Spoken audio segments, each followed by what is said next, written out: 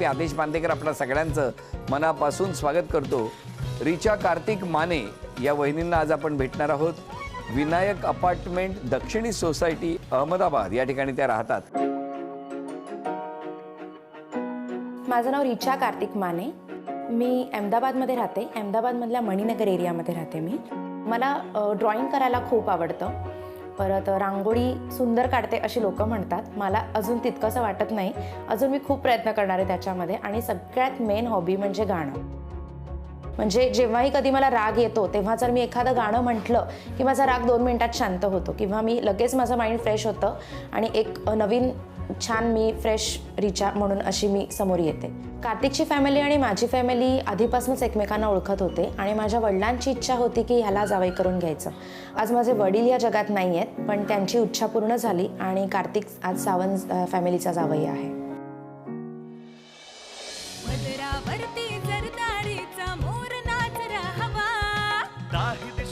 आता पसरू दे गंध मराठी नवा।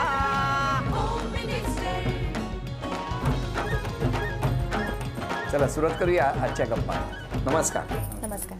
नमस्कार। काय उखाणा वगैरे? हो घ्या। साईंच्या मंदिरावर सोन्याचा कळस, कार्तिकरावांचं नाव घेते, मान्यांच्या घरची तुळस। अरे वा, तुम्ही तुळस? हो मग। कुठलं बालपण तुमचं? माझं डोंबिवली, मुंबई। मुंबई। आणि तुमचं? आमचं अहमदाबाद। पहिल्यापासून? पहिल्यापासून बालपणापासून? घरी कोण कोण होतं तुमच्या? घरी आई बाबा मीच। ठीक आहे। आणि तुम्ही डोंबिवलीत शाळा वगैरे? येस। कुठली शाळा? सेंट मेरी इंग्लिश स्कूल। आणि मग डोंबिवलीत कुठे? डोंबिवलीमध्ये वेस्टला, फुले रोडला। आता काय करता तुम्ही? मी आता HR झालंय माझं, पण मुलगा लहान असल्यामुळे फुल टाईम जॉब नाही करू शकत आहे, त्यामुळे सध्या टीचरचं निवडलंय जॉब म्हणून आणि डून इंग्लिश मीडियममध्ये टीचिंगचा जॉब चालू केला आहे। आपण काय करता? मी पोलीसमध्ये आहे, पोलीस डिपार्टमेंट कमिशन ऑफिसला आहे। तुम्ही धमकी देताय का मला?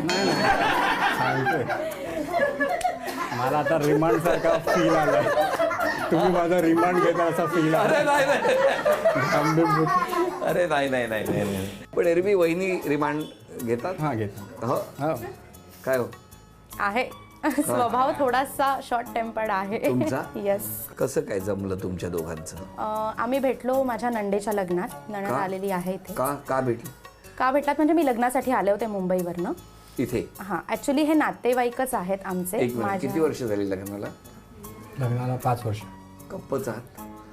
हां म्हणजे पहिल्यापासून। आज तरी बोला ना हो। आठवतोय तो दिवस लग्नाला? हो आठवतो। काय झालं होतं?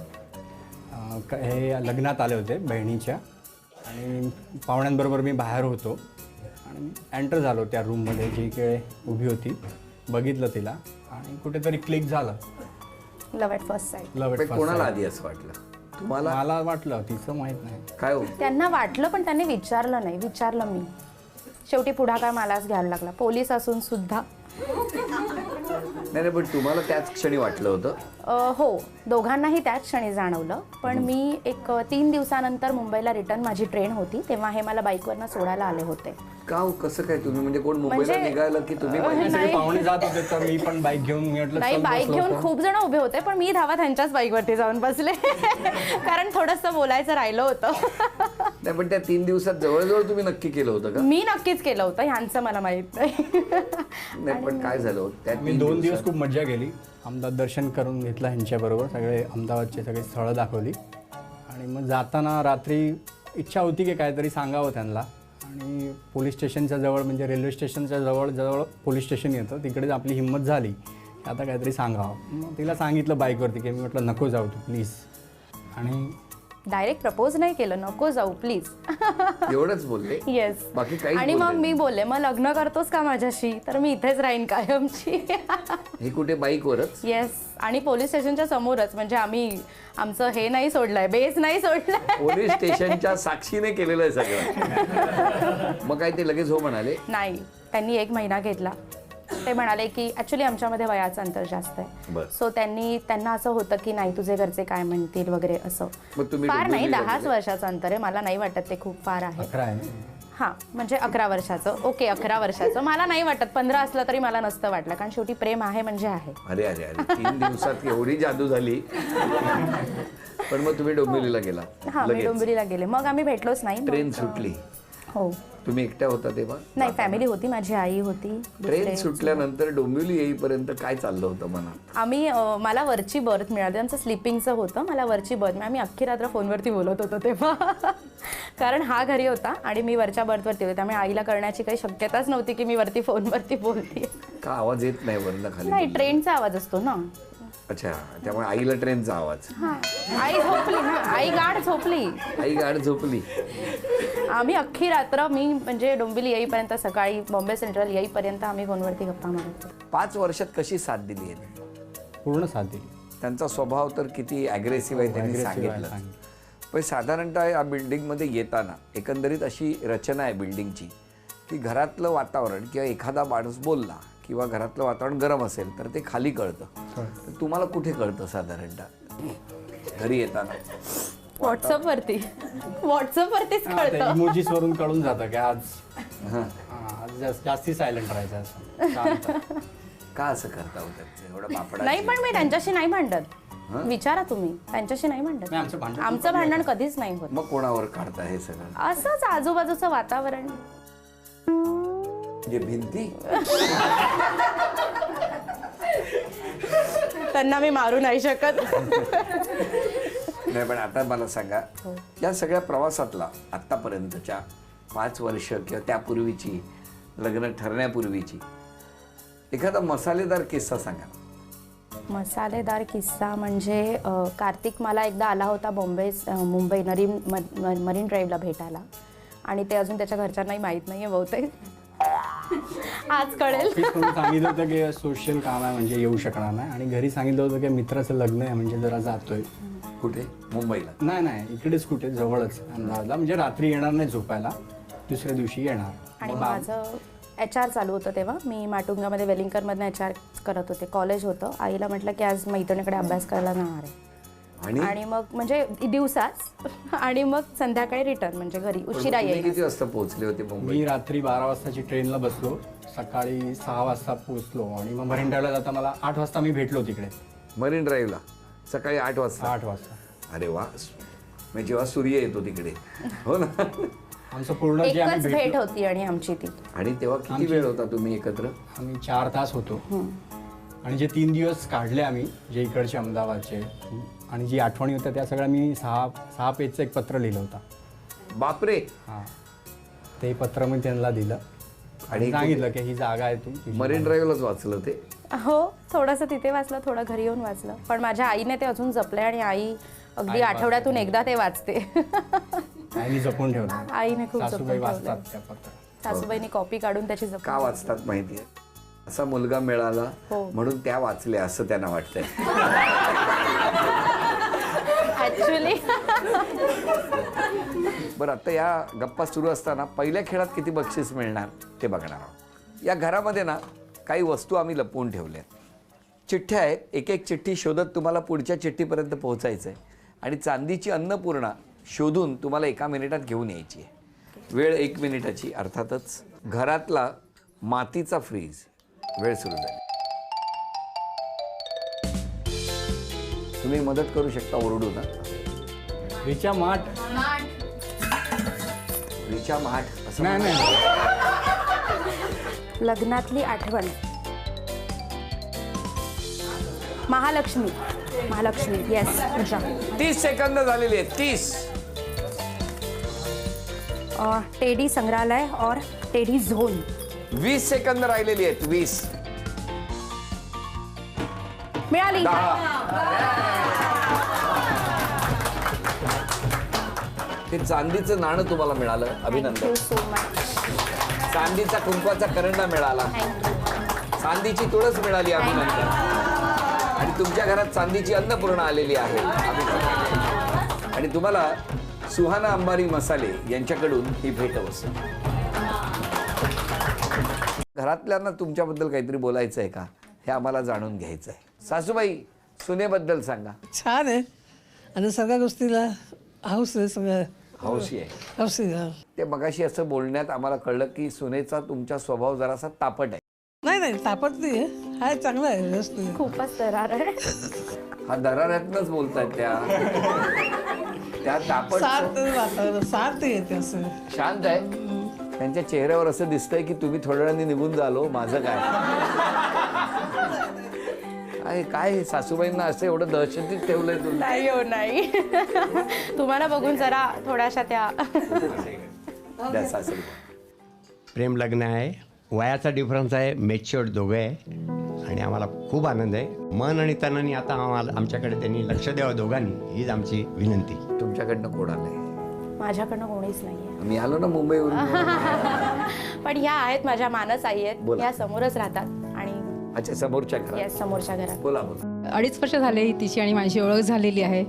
पण एक असा कोइन्सिडन्स आहे की माझी लेक नोकरीसाठी म्हणून बडोद्याला गेली आणि लगेच रिचा इथे आली, त्याच्यामुळे मला माझी मुलगी मिळाली मला. अरे वा, काय सांगाल या दोघांबद्दल? यांचा आवाज येतो तिकडे तुमच्या? कधीच नाही, कधीच नाही, दोघींचा कधीच नाही. या दोघांचा आवाज नाही, बिलकुल येत नाही. फक्त स्पर्शचा येतो. मस्तीखोर येतो, पण खरंच दोघांचा म्हणजे तुम्ही ती म्हणते की तापटखोर स्वभाव आहे किंवा काही, पण कधी तिचा त्या दोघांचा भांडण्याचा किंवा तिचा आवाज आम्हाला कधीच आला नाही. आणि खूप म्हणजे मला अगदी खूप छान शेजार मिळाला. याच्यासाठी मी देवाला अगदी धन्यवाद मानले याच्यासाठी मी. अजून कोणी बोलणार आहे का या दोघांबद्दल? बोला. मी त्यांची शेजारी आहे. त्यांचा स्वभाव खूप मनमिळावू आहे आणि सगळ्यांना सहाय्य करतात. खूप छान आहे. तो माझा मित्र आहे, शाळेचा मित्र.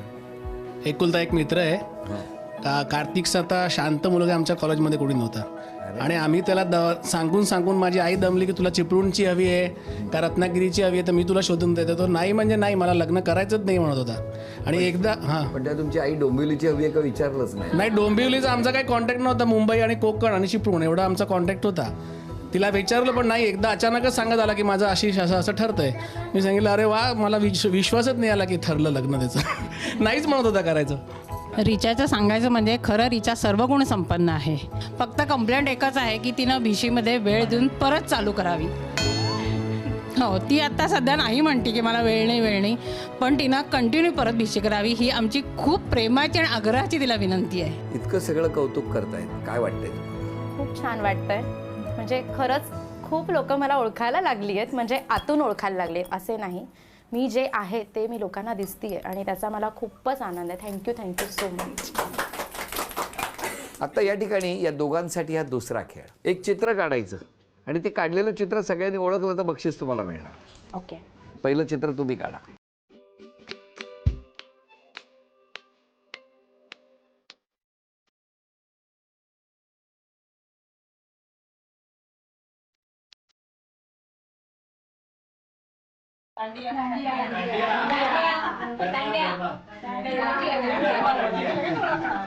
अभिनंदन. थँक्यू. दुसरं चित्र तुम्ही काढायचं.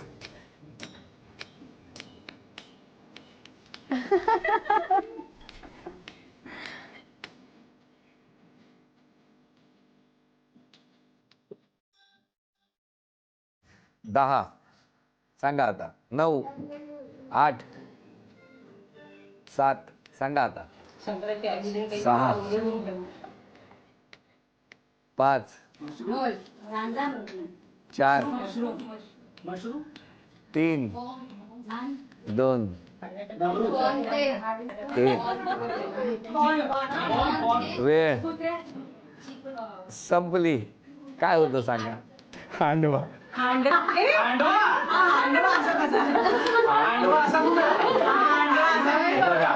आम्हाला असंच असणार असं वाटणार.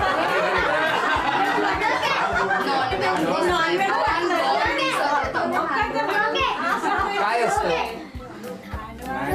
हांडवा. हा, तिखट तिखट केक असतो का? त्याला हांडवा असं म्हणतात. बरं.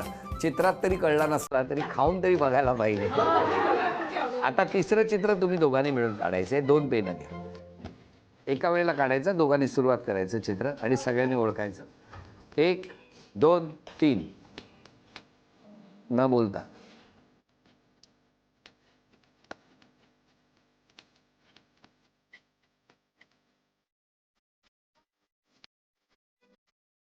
दाखवा. 10.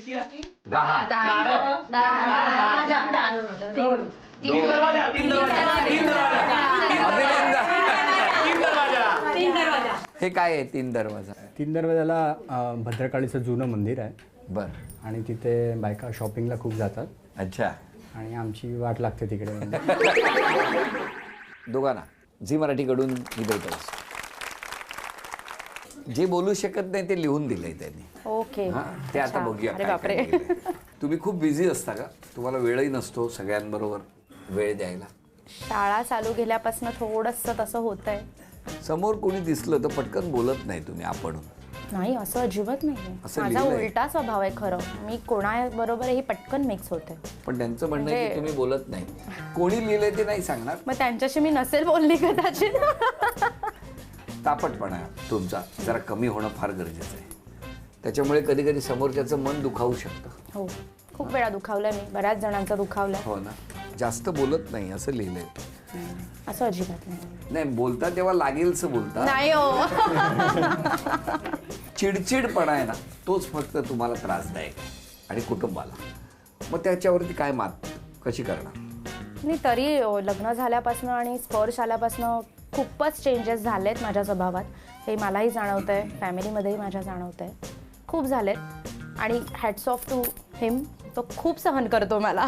खूपच सहन करतो तो मला. आणि खूप त्याने माझ्यामध्ये चेंजेस पण आणले माझ्या स्वभावात. त्यांच्याकडनं 3 अपेक्षा सांगा. तो ना जगत नाही, प्रत्येक क्षण जगत नाही. काय हो, काय म्हणणं आहे? मी लहान असताना माझी आई वारली, ह्यांनी मला सांभाळलं आईनी.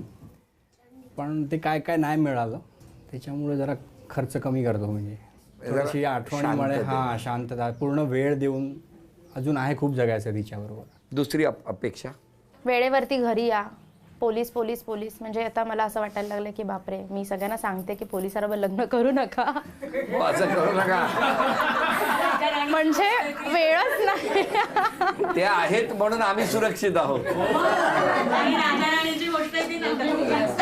तुमचं काय म्हणणं आहे? नाही, मी लग्न आधीच सांगितलं होतं. म्हटलं माझं पहिलं लग्न नोकरी म्हणजे जॉब पोलीस डिपार्टमेंटशी झालेलं आहे. तू दुसरी बायको आहे. मग पहिला फोन तिचा उचलणार, जॉब पहिली. तिसरी अपेक्षा?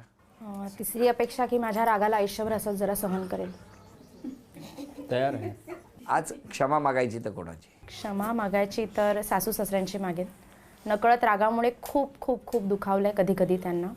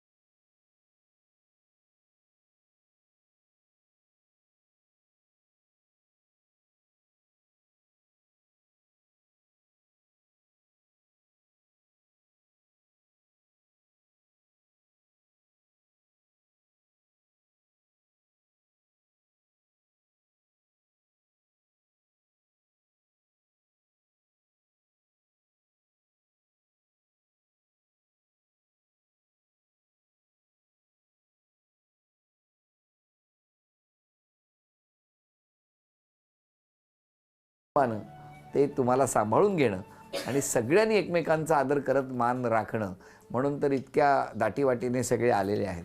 या सगळ्यांना शुभेच्छा, कुटुंबाला शुभेच्छा, तुम्हाला दोघांना शुभेच्छा.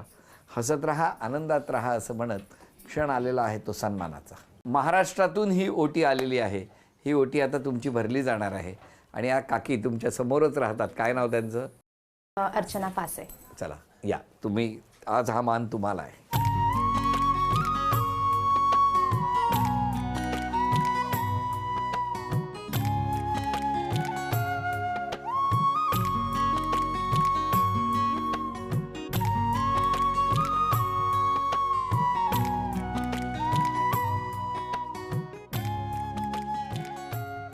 झी मराठीकडून ही भेटवस्तू तुमच्यासाठी. वैनींना तथास्तू पुणे आणि कोल्हापूर यांच्याकडून मिळते आहे पैठणी. अभिनंदन.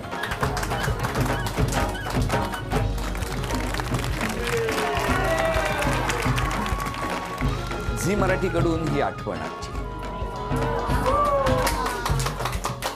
त्या दोघांनाही शुभेच्छा देऊन आजचा भाग इथेच संपतो आहे. पुन्हा भेटूया अशीच एक पैठणी घेऊन होम मिनिस्टरच्याच पुढच्या भागात. नमस्कार.